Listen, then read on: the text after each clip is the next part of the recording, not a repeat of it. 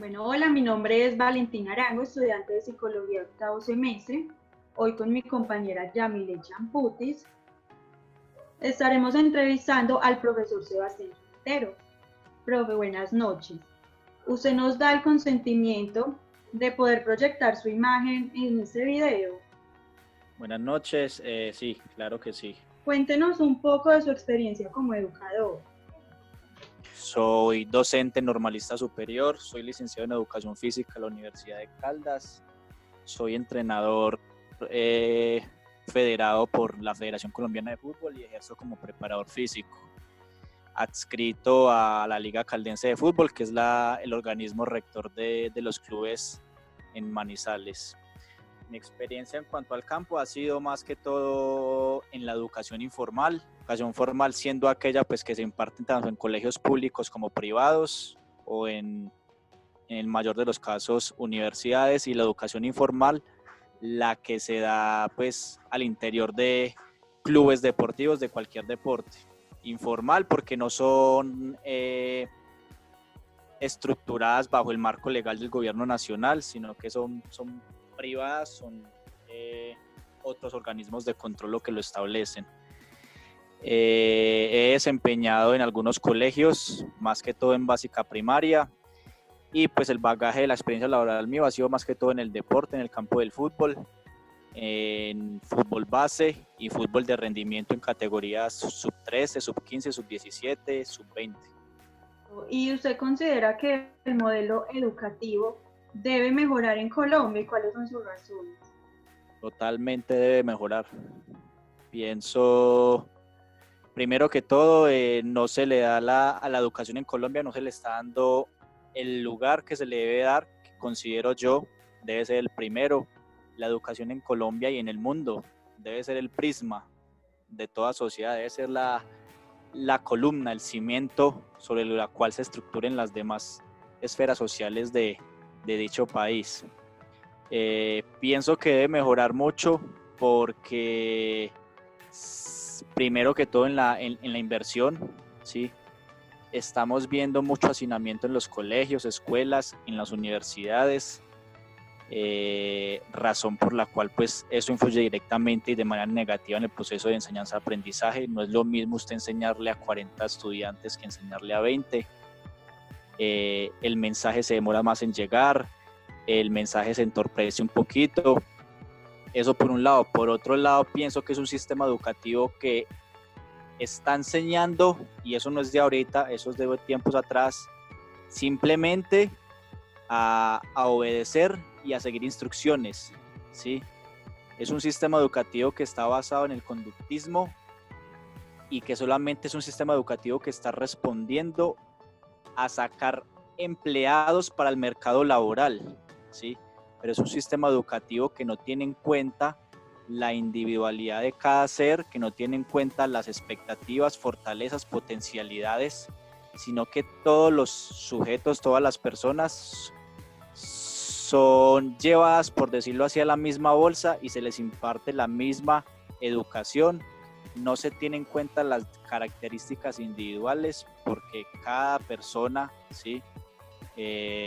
Como lo señala las inteligencias múltiples, cada persona tiene un rasgo, tiene una línea funcional, por así decirlo, tiene unas capacidades, algunos serán kinestésicos, otros tendrán un desarrollo lógico, unas habilidades lógico-matemáticas, algunos tendrán habilidades artísticas, algunos tendrán habilidades intra e interpersonales, y la educación acá en Colombia y en Latinoamérica, pienso yo, no cumple o no responde a estas necesidades. Entonces simplemente seguimos educando desde primaria hasta la universidad para darle más gregarios al mercado laboral, sin importar si realmente esa persona es para ese mercado laboral o es para otro.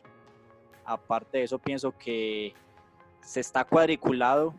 Hay un término en pedagogía que llama el quadrubinium, que son las 4 mismas materias bases desarrolladas, que son matemáticas, español, ciencias y lenguaje, y bajo esas 4 orientaciones va bajo los parámetros con los que se establecen los currículos escolares y los pensum, ¿sí? pero es que resulta que no todos tienen la habilidad lógico-matemática, pero es que resulta que no todos tienen las habilidades en ciencias sociales. Entonces, ¿dónde quedan, por ejemplo, los educadores físicos? ¿Dónde quedan los que tienen las habilidades artísticas? ¿Dónde quedan, por ejemplo, los que tienen, como lo mencioné anteriormente, las habilidades intra e interpersonales? Entonces seguimos homogenizando la educación, y la educación hay que volverla heterogénea. ¿Cómo considera que se ven afectados los estudiantes ubicados en localidades con baja inversión en la educación? Pienso que obviamente en ellos la eficiencia del sistema educativo los estigmatiza más, los aporrea mucho más, ¿sí? Porque aparte de ellos llevar sobre sus hombros el problema de la educación y de que no haya inversión, tienen que llevar con ello el problema social que acarrea, por ejemplo, no tener las 3 comidas al día, ¿sí? No contar de pronto con un techo en buenas condiciones o con un hogar en buenas condiciones, o como es muy común en este tipo de niveles sociales, de niveles económicos, están expuestos a familias disruptivas donde hay mucho conflicto interno, probablemente derivado también de dificultades laborales que el mismo medio no ha sabido satisfacer. Entonces es como una amalgama de muchas dificultades, ¿sí? Entonces, ¿cómo afecta directamente a ellos? Los afecta de manera emocional, los afecta de manera psicológica, esto los desestabiliza, y para usted estar, digamos, por ejemplo, 2 horas, ¿sí?, prestando atención a las indicaciones o a las enseñanzas que imparte el docente, y usted está emocionalmente, no está estable, está intranquilo, está ansioso, obviamente la concentración del estudiante se va a ver afectada. Otra cosa es tener que ir a la escuela, colegio o universidad, porque se ve en universidad sin desayunar, con una guapanela en el estómago, ¿sí? Y toda actividad en la vida que realicemos necesita un mínimo, ¿sí?, de energía que tiene que verse pues suplida por una correcta alimentación. Entonces, si vamos que estos estratos, estos niveles sociales tan deprimidos, ¿sí?, a eso se le suma pues la poca inversión en educación, obviamente son comunidades, son estudiantes que se van a ver golpeados por lado y lado. ¿Considera usted que la motivación influye en el aprendizaje y enseñanza del estudiante? No lo considero, lo afirmo. De hecho, para que haya un aprendizaje significativo tiene que haber una implicancia de una emoción, ¿sí? Y la motivación es una de ellas, ¿sí? Entonces, cuando yo voy al bosque y me topo con un roto, y ese roto me genera mi miedo de que me voy a caer, yo ya sé que por ahí no puedo volver a pasar, ¿sí? Aparte, la motivación, ¿sí? Y no solo en la educación, en todas las esferas, en la esfera laboral, familiar, con los amigos. La motivación es como ese carro que lo va jalonando a uno hacia adelante para uno ir avanzando, ¿sí? Y pienso yo, más que trabajar la motivación, trabajar la automotivación. No podemos esperar, ¿sí?, a que sea el niño escolar, sea el prepuberal, sea el puberal, sea el joven, sea adolescente, adulto joven, el que sea, tenga que estar siempre supeditado a que alguien lo motive. Más que motivación, hay que trabajar la automotivación, dar herramientas emocionales, ¿sí?, dar herramientas de vínculos afectivos para que ellos aprendan a desarrollar esta cualidad, y eso es algo que se tiene que trabajar en el sistema educativo, ¿sí? Que hayan materias o que hayan currículos orientados a potencializar este aspecto emocional. ¿Cómo puede calificar el cambio a nivel educativo que se está dando en nuestro país con la llegada de las nuevas tecnologías y con ella las nuevas metodologías educativas? Bueno, la verdad es que soy más de antaño, soy más anticuado. Pienso que la llegada de esto hace mucho daño, y pues a esto, qué mejor que recurrir ¿sí?, a un tema psicológico, pues que las atañe a ustedes como estudiantes de psicología, y empiezo por decir que de hecho, por ejemplo, se le está dejando el bienestar emocional, la felicidad y la satisfacción a las redes sociales. Estamos viendo que X persona cuelga X foto en la red, ¿sí?, para poder recibir de ella, de esa foto que colgó, una retribución. Entonces, al recibir esta retribución, pues empieza a liberar endorfina y se empieza a sentir muy bien, empieza a sentir placer. Pero resulta que cuando el like no llega, es donde empieza a presentarse los episodios de ansiedad. Pienso que la tecnología está estimulando mucho esa parte de la ansiedad, ¿sí?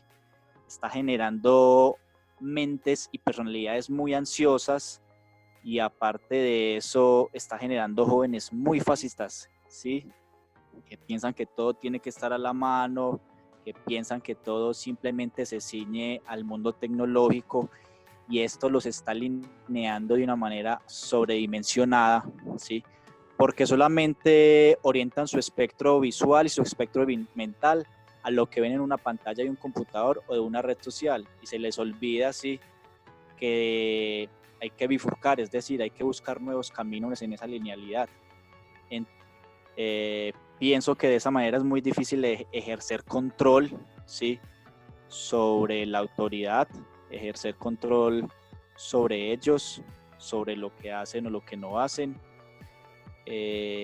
Como les digo, prefiero los valores de antaño, los principios de antaño. En definitiva, esto de la tecnología pues se está convirtiendo en un vicio, y se convirtió en un distractor más, en un distractor educativo, en un distractor social, porque se encierran en ese mundo, y ahí es lo que llamamos el sujeto del metro cuadrado, ¿sí?, que es el sujeto que coge un celular, una tablet, un iPod, un computador, y se encierra en las 4 paredes de su habitación, ¿sí?, y reduce un mundo de posibilidades, lo reduce al metro cuadrado de su habitación, y esto obviamente influye directamente en la capacidad de pensar, en la capacidad de racionalizar, en la capacidad de interpretar, en la capacidad de inferir, y es algo que a mí me preocupa, ¿sí?, porque son estudiantes que van a crecer sin esas competencias. Pues resulta que van a ser los estudiantes, van a ser esas personas, estos muchachos, los que más adelante van a ejercer un derecho a un voto, van a elegir un presidente, van a elegir un alcalde, van a elegir un gobernador. ¿Cuál puede ser su reflexión frente a los estudiantes universitarios y futuros profesionales? Primero, que sean críticos. Con respeto voy a decir esto, que si se encarrilaron en este maravilloso mundo de la universidad, ¿sí?, si se encarrilaron simplemente para cumplir con una expectativa, que es válido, o simplemente para cumplir una etapa, que también es válido, o simplemente se encarrilaron en esa aventura académica para ser parte más del mercado laboral, pienso que están un poquito errados, sí, porque como lo menciona Miguel de Subiría, el director del Instituto Alberto Merani, que es un instituto de pedagogía, en definitiva uno tiene que ser un ser autotélico, un ser que busque cómo desarrollarse a sí mismo, teniendo en cuenta sus pasiones, no las pasiones del otro, teniendo en cuenta sus habilidades, no las habilidades que el sistema le tiene que marcar o que el sistema le está ofreciendo laboralmente, ¿sí? Pienso que el consejo es que sean críticos, que tengan la capacidad de alzar la voz, ¿sí?, que no sean amangualados con el sistema, ¿sí?, que cuando tengan que decir esto está mal, lo digan, y no simplemente se ciñan o queden supeditados a lo que diga el sistema, ¿sí?, porque el sistema en ocasiones es arbitrario, o en ocasiones, muchas de las veces, simplemente beneficia a unos sectores, ¿sí?, pocos sectores, la minoría la beneficia. Entonces mi consejo sería eso, que sean precursores del cambio, de cambios educativos, de cambios sociales, que no simplemente salgan a ser profesionales y a ejercer su labor y su función y ya, y paramos de contar. Gracias, profe. A ustedes muchas gracias, una feliz noche, muy amable.